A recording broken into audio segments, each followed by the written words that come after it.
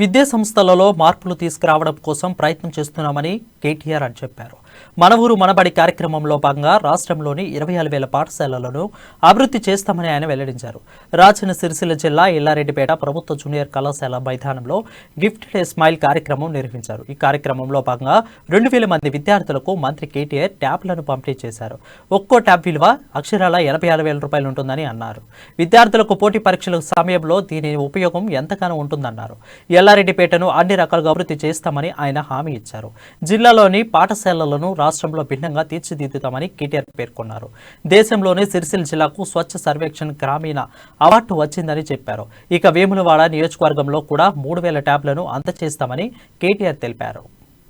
దీని ఒక చాలా చక్కటి మినీ స్టేడియం లా ఒక గంభీరావుపేట కేజీ టు